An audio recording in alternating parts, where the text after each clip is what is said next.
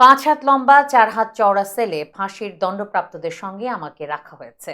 এজলাসে দাঁড়িয়ে বিচারককে এমনই অভিযোগ জানালেন সাবেক আইসিটি প্রতিমন্ত্রী জুনায়েদ আহমেদ পলক।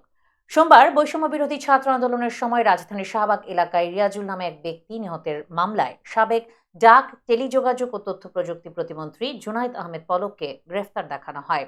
এদিন মামলার তদন্ত কর্মকর্তা শাহবাগ থানার উপপরিদর্শক একরামুল হক তাকে গ্রেফতার দেখানোর আবেদন করেন।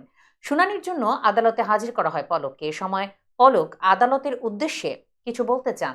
আদালত অনুমতি দিলে তিনি জানান, কাশিমপুর হাই সিকিউরিটি কারাগারে তিনি ডিভিশন পাচ্ছেন না। 5 হাত লম্বা 4 হাত চওড়া সেলে তাকে রাখা হয়েছে। পরিবারের সাথে সাক্ষাৎ সহ ফোনে কথা বলার সুযোগ পাচ্ছে না সে। এ কারাগারে বেশিরভাগ ফাঁসির দণ্ডপ্রাপ্ত, তাদের মধ্যে তাকে রাখা হয়েছে। এ সময় আদালত পলককে লিখিত আকারে আবেদন দাখিল করতে বলেন। পরে আদালত গ্রেফতার দেখানোর আবেদন মঞ্জুর করেন।